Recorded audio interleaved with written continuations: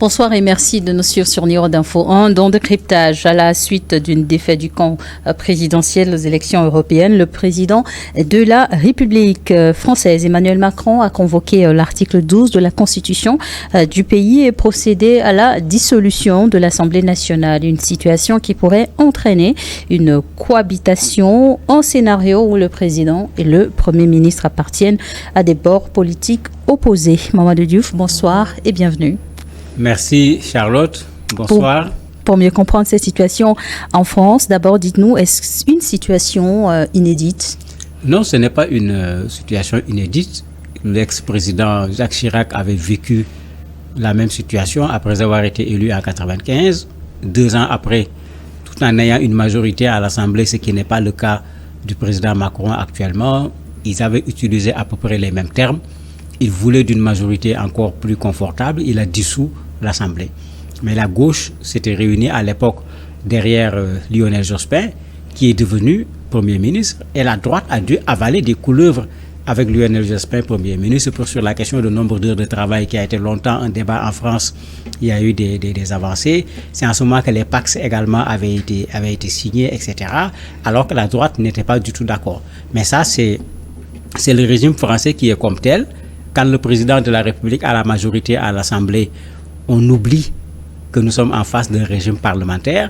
Mais quand effectivement, au niveau du Parlement, le parti dominant ou le groupe de partis dominants n'est pas celui du président de la République, on revoit cette situation de guéguerre entre un Premier ministre et un président de la République. Et quel impact justement cette situation pourrait avoir sur la vie politique en France?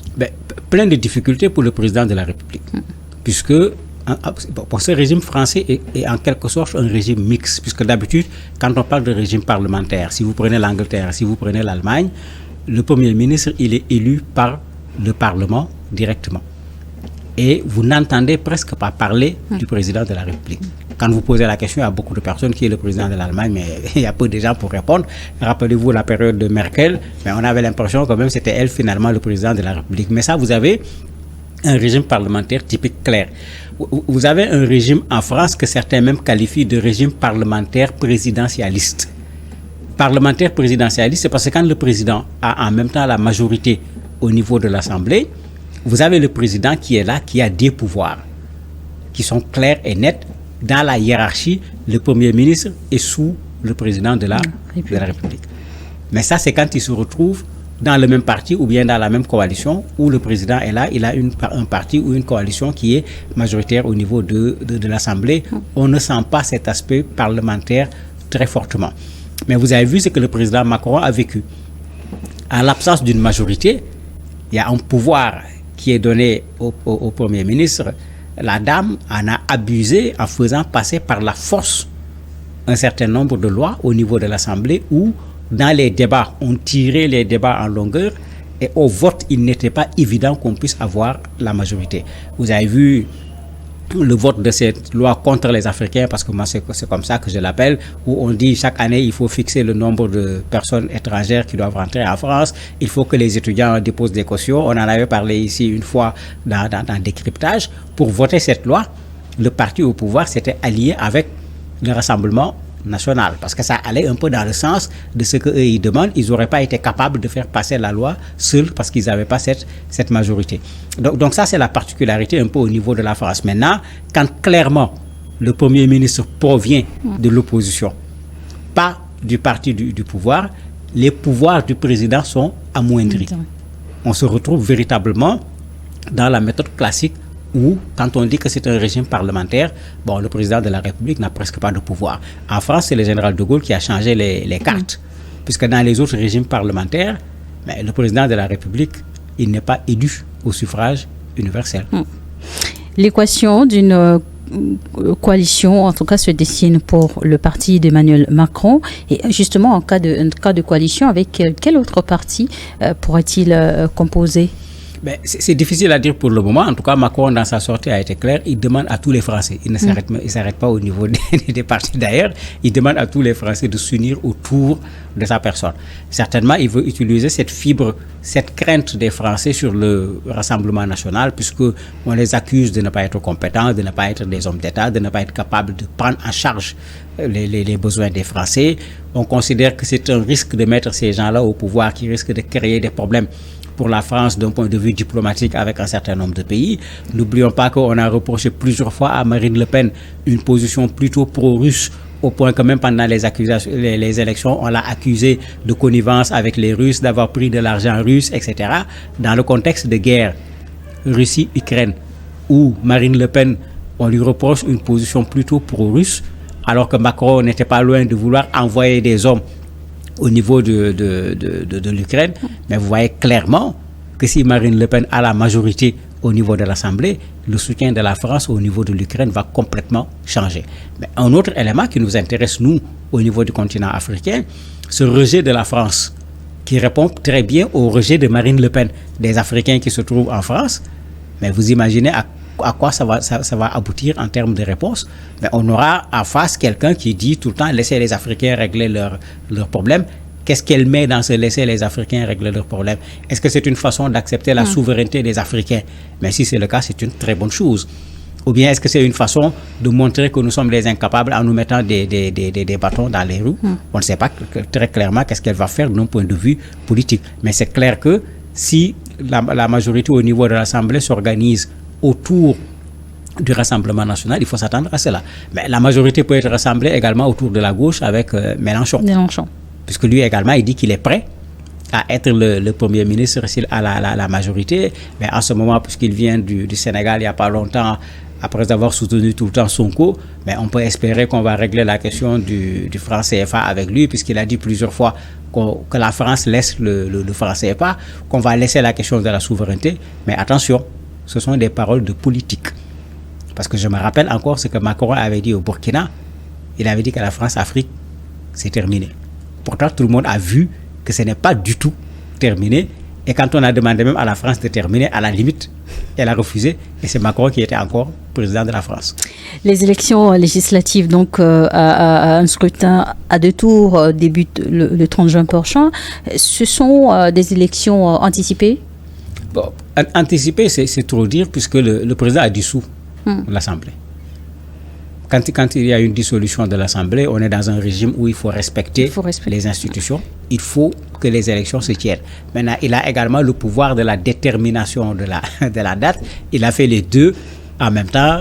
Autant il a parlé de la dissolution, autant il a donné la date pour le premier tour et la date pour le second tour des élections. Mais on peut dire que c'est quand même politique parce qu'il y a une période très courte, de sorte que si vous regardez le jour même où il a annoncé la date des élections, le soir, la campagne électorale avait déjà commencé en France. Les démarches également avaient déjà commencé entre les partis politiques pour voir comment faire pour mettre en place des coalitions, puisqu'il ne faut pas l'oublier, dans l'Assemblée actuelle, il n'y a aucun parti, il n'y a aucune coalition qui ne possède la majorité. Et la grande question, donc, à l'issue, en tout cas dans les prochaines semaines, à l'issue des législatives, c'est qui deviendra, ou sinon, qui sera le futur Premier ministre en France? Tout à fait. Le pari de Macron est un pari extrêmement risqué. Ça reste Mélenchon ou encore Bardella?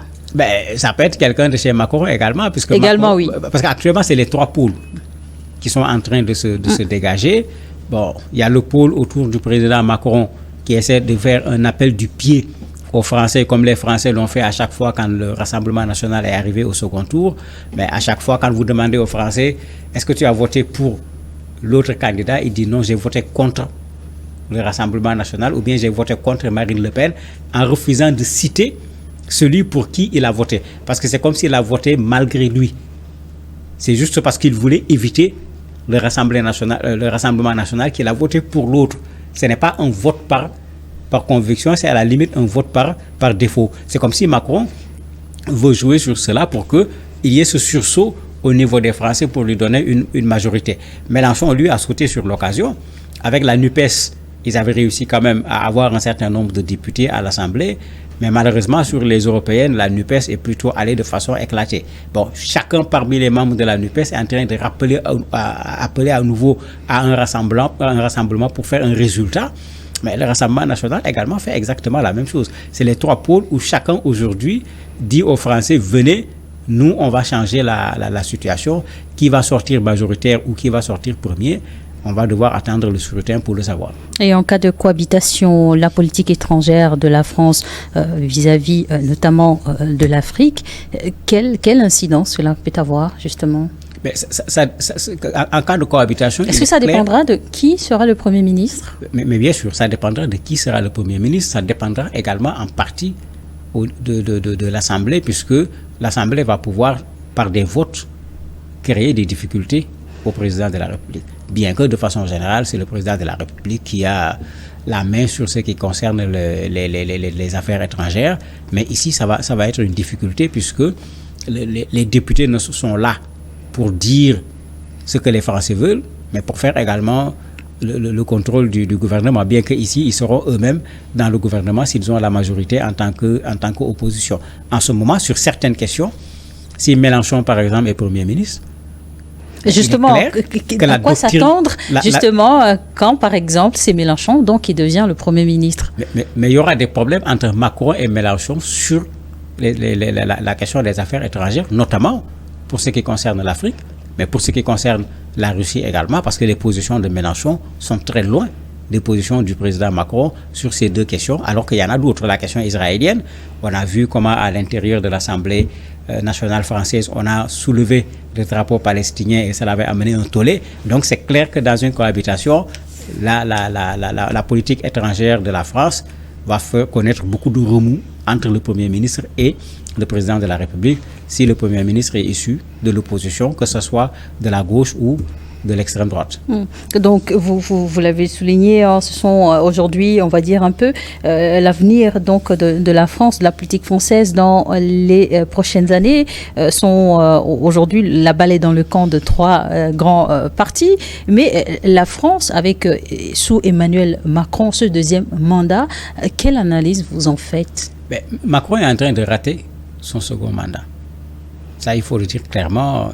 Il faut voir la dernière position qu'il a eu à prendre concernant l'Ukraine.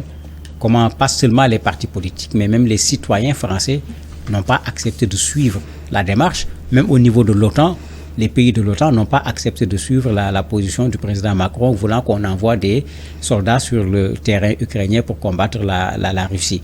Même sa position qu'il a également sur le fait de permettre à l'Ukraine d'utiliser les armes pour tirer sur le territoire russe.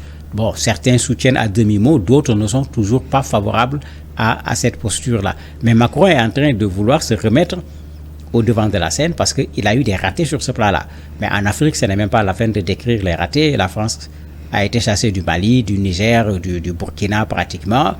Bon, dans d'autres pays, même s'ils n'ont pas été chassés, la France est très peu désirable, pour ne pas dire indésirable. Mais tout ça, c'est sous Macron et en partie dû également à cette sorte de condescendance qui est tout le contraire du discours qu'il avait tenu au niveau de Ouagadougou, qu'il a commencé à montrer au niveau de l'Afrique sur un certain nombre de questions, sans compter également ce qu'on peut appeler du deux poids, deux mesures.